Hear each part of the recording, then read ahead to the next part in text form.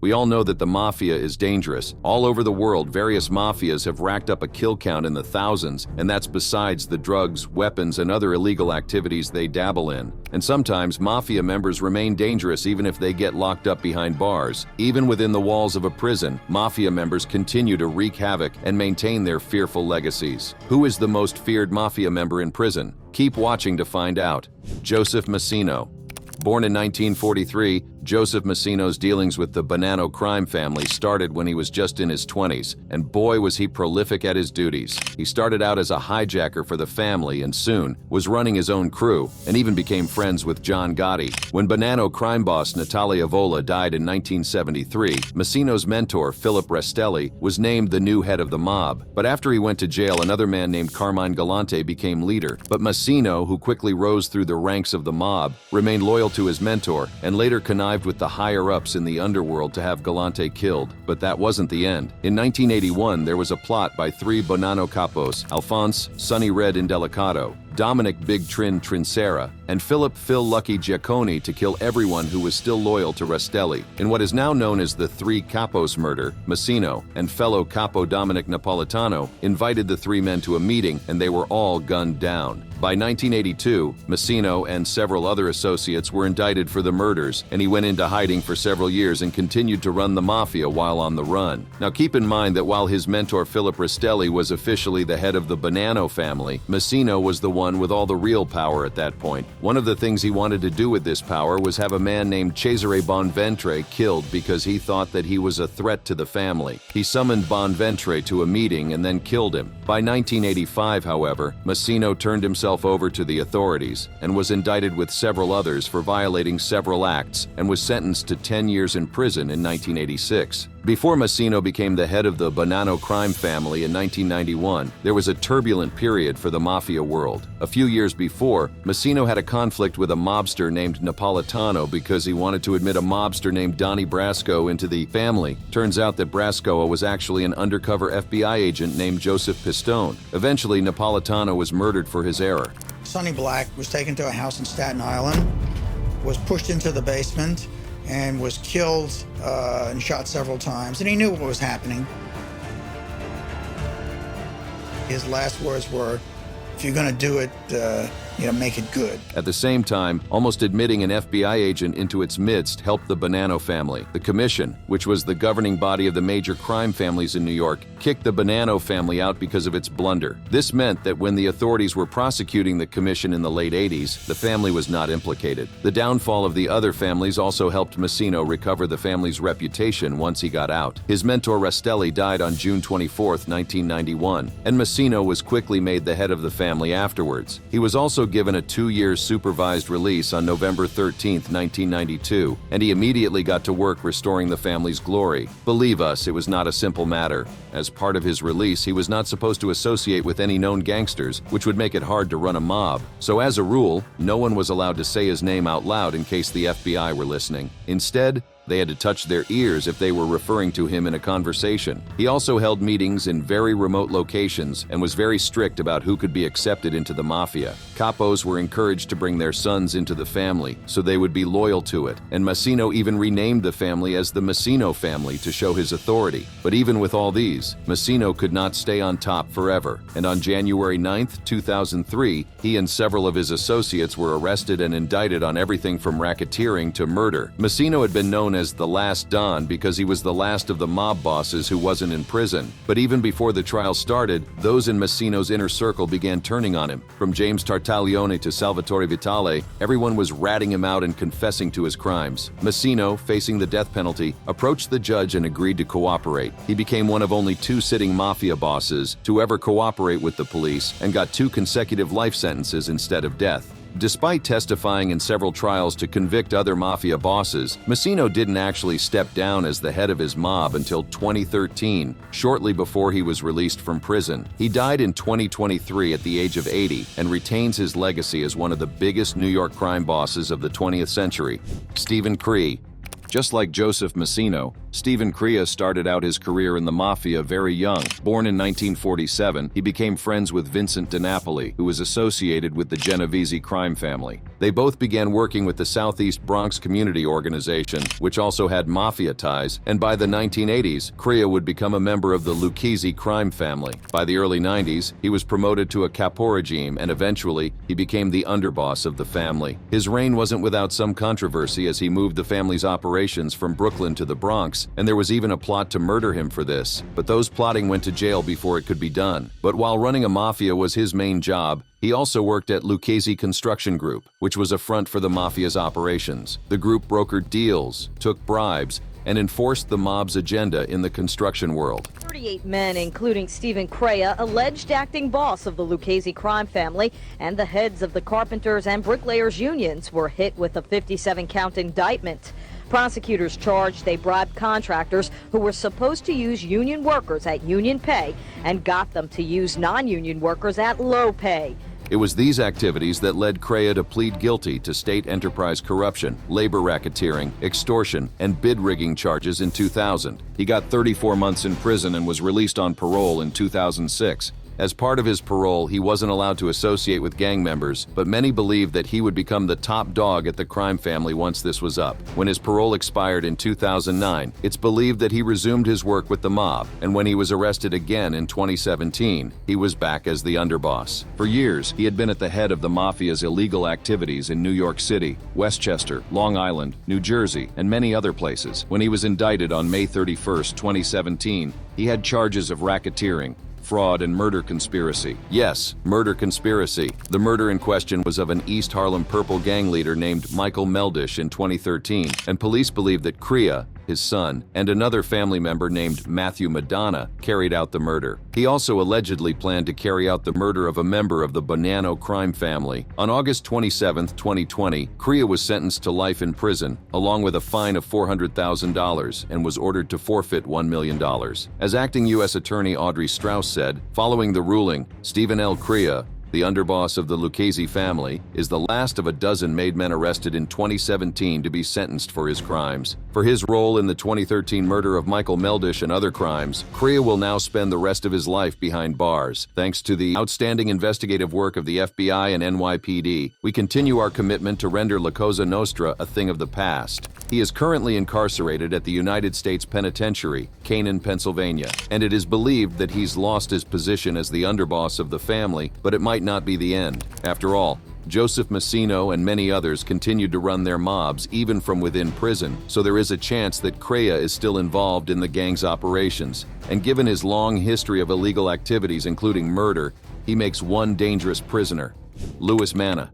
Want to know how dangerous Louis Manna is? Get this, he once put out a hit on John Gotti. Yes, the John Gotti. And even as an elderly man in prison, authorities are scared of what he'll do if he's ever let out. But let's go back to the beginning. Louis was born in 1929 in New Jersey, and while not a lot is known about his early life, we do know that he was involved with the Genovese crime family for years, and was very close to Vincent the Chin Gigante, who led the family for almost 30 years. His job was mainly that of a consigliere, the person who advises the boss, and let's just say that he was advising and taking part in some truly terrible things. He personally supervised 4 caporegimes connected to the mob and ran a criminal enterprise with an Italian restaurant as a front. But it wasn't the usual business of trafficking and extortion that did him in. It was the John Gotti murder plot. Why did Louis want John Gotti dead? You see, mafia operations among the Big Five families were handled collectively in what was called the Commission, and there were a few rules to how they operated, including how power was given from one person to another. John Gotti broke these rules when he forcefully took over the Gambino crime family by murdering Gambino boss Paul Castellano in 1985. Louis was heated that he would do this because Gotti broke the Mafia code. He also planned to split up the Commission's assets in a way that would favor the Gambino family while leaving the Genovese crime family with the short end of the stick. So a plan was hatched to murder John Gotti, his brother Gene Gotti, and a New York contractor, Irwin Schiff. A hitman was commissioned who would wear a disguise and gun them down. They did succeed in Irwin Schiff, but didn't manage to kill John Gotti and his brother. Plus, there was the little issue of the FBI recording the plot. Yep, Between August 1987 and January 1988, the FBI recorded 12 conversations where Louis Manna and his associates discussed the murder, and this was enough to arrest them. He was indicted on June 26, 1989, and it turns out that wasn't the only murder plot he was involved in. The FBI and New Jersey State Police today arrested 22 alleged members and associates of the Genovese mob family, considered one of the country's most powerful mafia groups.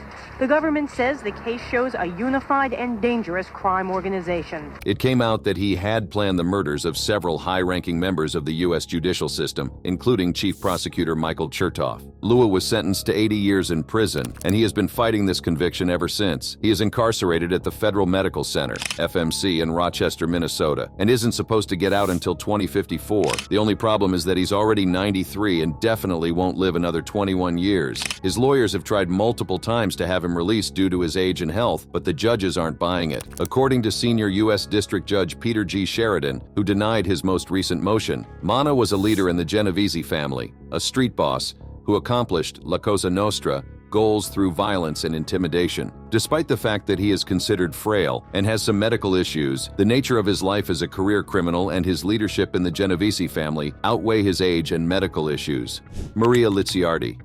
Historically, the Mafia has always been a male-dominated space, but that doesn't mean that there aren't some powerful and very dangerous women in it. Take Maria Licciardi, an Italian mobster who was the head of the Licciardi clan for almost 20 years and earned the nickname La Madrina, meaning the godmother. Maria was born in 1951, and her whole family was associated with the Camorra crime syndicate. Her father and brothers had prominent positions in the criminal underworld of their native Secondigliano. Her husband, Antonio Tegamie, was also a Camorra member, and it's safe to say that crime was all that she ever knew. After both her brothers and husband were arrested for their mafia activities, Maria took up the position of head of the Licciardi clan. This was a big deal because she was the first woman to do so, and also because the clan was desperately in need of leadership.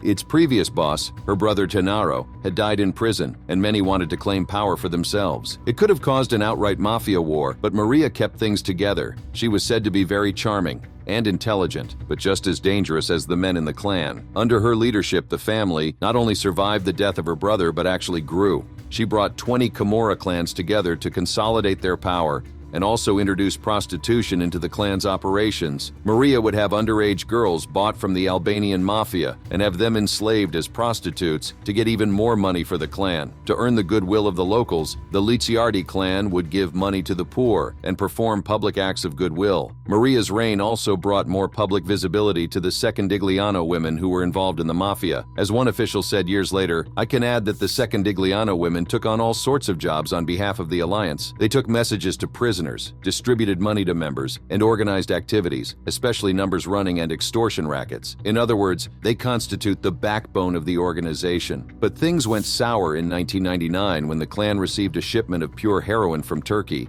Maria did not want this batch to be sold because it was too strong for the average user. But the bosses of the Lo Russo clan went against her orders and sold the product, and in April 1999 alone, 11 people died of overdoses. The police got involved and many mafia members were sent to jail, and an all-out war broke out between the different crime families. Over 120 people died from shootings, car bombs, and other attacks, and the police soon found out about this deadly godmother. She was immediately added to the most wanted people in Italy list and spent 2 years on the run from the authorities before she was caught in 2001. Even though she spent 8 years in prison, she still continued to run the Licciardi clan from behind bars, and once she was released, carried on with her activities. In August 2021, she was again arrested while attempting to travel to Spain for extortion operations she had been running as the head of her clan. She was sentenced to 13 years in prison in 2023 and is believed to still be running her dangerous operations from behind bars.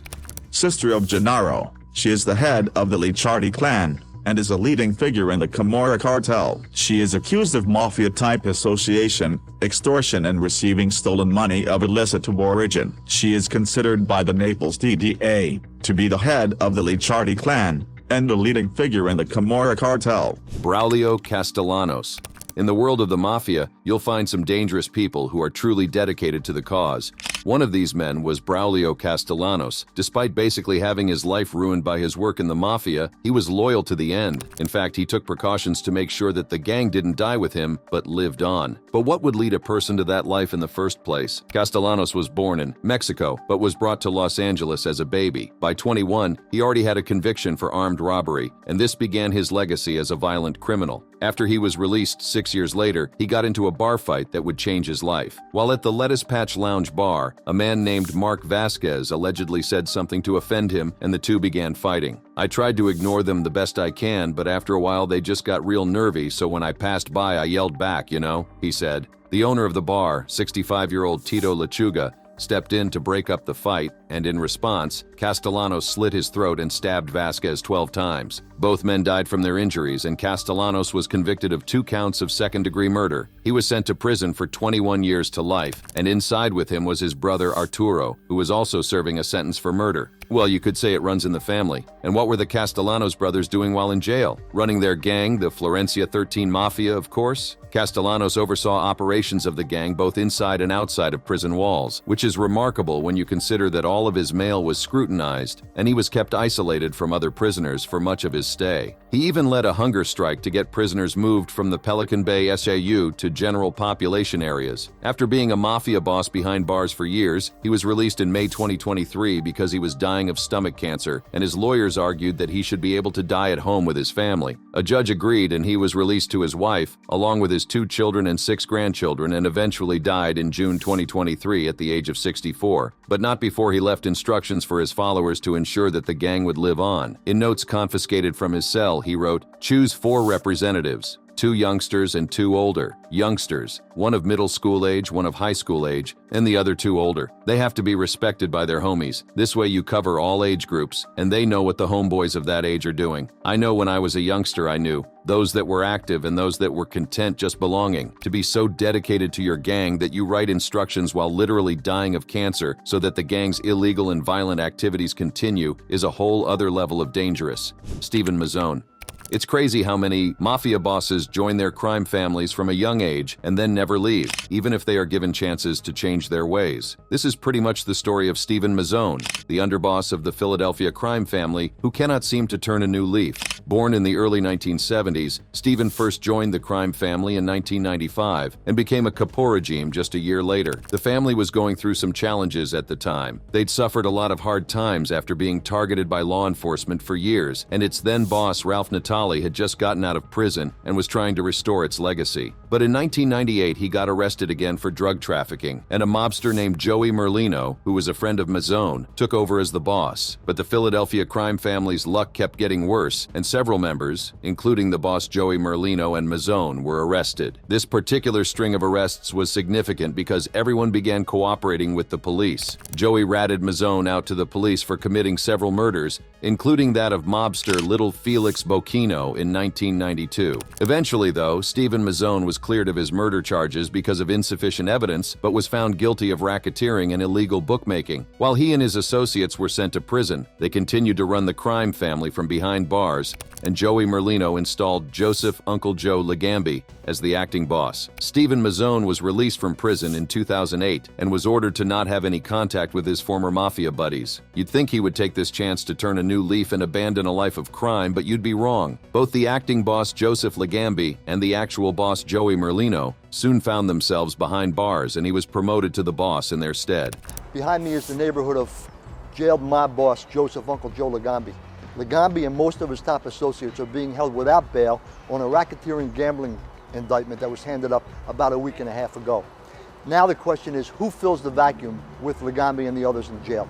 This happened after his parole had expired, so it wasn't technically a violation, but the activities he was overseeing were certainly still illegal. Eventually, Mazone was recorded by Philadelphia TV station Fox 29's new crew having an argument with members of the crime family, and this mostly confirmed suspicions that he was now the boss. He was able to lay low for a while until his old life caught up with him, and he was arrested again. In 2022, he was sentenced to 5 years in prison for running a racketeering, loan sharking, and extortion operation. According to information from law enforcement, Mazone was charging high-interest loans to customers of the sportsbook who couldn't pay their loans, and he was charging them interest as high as 264%. If they couldn't pay up, he threatened to make them disappear, which is something you never want to hear from a crime boss. Another recording showed Mazone welcoming new initiates into the family, saying, "Nobody break this chain. I know you were explained the rules already." Even though he is now in prison, it is safe to assume that he still has dealings with the Philadelphia crime family, and when he is released, he'll go right back to these nefarious activities. Law enforcement is also worried about the gang, considering that it still exists despite all its efforts. As U.S. Attorney Jacqueline Romero says, even though the Philadelphia mob has been weakened over the decades due in large part to persistent law enforcement efforts, the LCN and its criminal activities are still very much a problem and are damaging the communities in which it operates.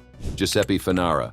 One of the reasons why the people on our list are so dangerous is not just because of the harm they can cause to those on the outside, but to those on the inside as well. From fellow prisoners to guards, everyone is in danger when a mafia boss is near. Take the story of Giuseppe Farara, an elderly mafia boss who is serving 3 life sentences and an 18-year sentence at Rebibbia prison in Rome for murder. In 1992, he and some of his mafia buddies killed a military officer, and this got them arrested and put in jail. He was also linked to several other murders, including 2 brothers who refused to do his gang's bidding, and 3 mafia members who were killed during the infamous mafia wars of the late 1990s. So yeah, Giuseppe Farara was and still is a deadly man. Farara had been a member of the notorious Cosa Nostra clan in Sicily, and clearly, his dangerous tendencies haven't faded. To give you an idea of how bad he was, he is also serving a prison sentence under the Italian 41 bis penal code. This code is used for mafia members that the government is worried will try to continue running their gangs from within the prison walls. As you've probably seen from this video, a mafia boss being sent to jail doesn't always signify the end of the gang, and they can still call the shots from behind bars. Farara was already serving under this code when in June 2020, a guard came to inspect his cell. You'd think a 60-year-old man would be no threat to a prison guard, but Farara surprised everyone when he attacked the guard. According to a report, in reaction to this, the man attacked the guard, and since they had recently washed the floor and it was still wet, both slipped and carried on the scuffle on the floor, and Farara bit his hand. As if this wasn't terrifying enough, Farara went on to swallow the man's finger. Yes, swallow.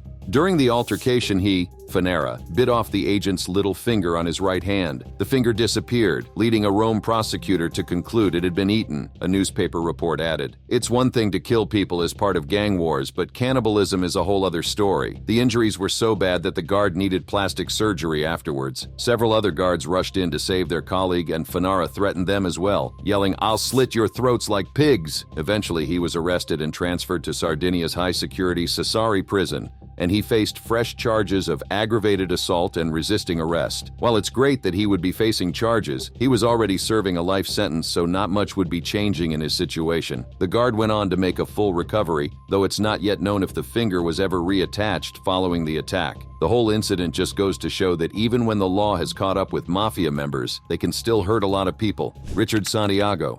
Richard Santiago has the legacy of not just being a mafia member, but also of committing the first ever murder in a supermax prison in the United States. His accomplice in the murder was a man named Silvestre Mayorki Rivera, and both he and the victim Manuel Torres were members of the Mexican Mafia before they were arrested. This mafia has hundreds of members around the United States and also has 56,000 Serenos under its control both inside and outside of the prison system. They're known to be very dangerous and engage in human trafficking, drug trafficking, robbery, and murder. Those in the gang, like Richard Santiago, have been behind some of the deadliest acts you can imagine. Richard and Torres arrived at the U.S. Administrative Maximum Prison, ADX, in Florence, Colorado in 2005. Years later, he teamed up with Rivera to commit the murder. On April 21, 2005, all 3 were exercising in the prison's recreational unit when Santiago and Rivera stomped, kicked, and punched him, causing severe injuries, that he died from days later. And, get this, it wasn't Santiago's first time killing a fellow prisoner. When he killed Torres, he was already serving a life sentence for killing a prisoner at another facility, but then carrying out another murder at one of the most secure prison facilities in the United States is insane. But why kill Torres in the first place? Well, according to the testimony of another man named Arcadio Perez, Torres had planned to have them killed first and had specifically marked Rivera for death. But after he caught wind of the murder plot, he teamed up with Santiago and killed him first. Arcadio Perez says that Manuel Torres had approached him to kill Rivera, who was his cellmate and friend.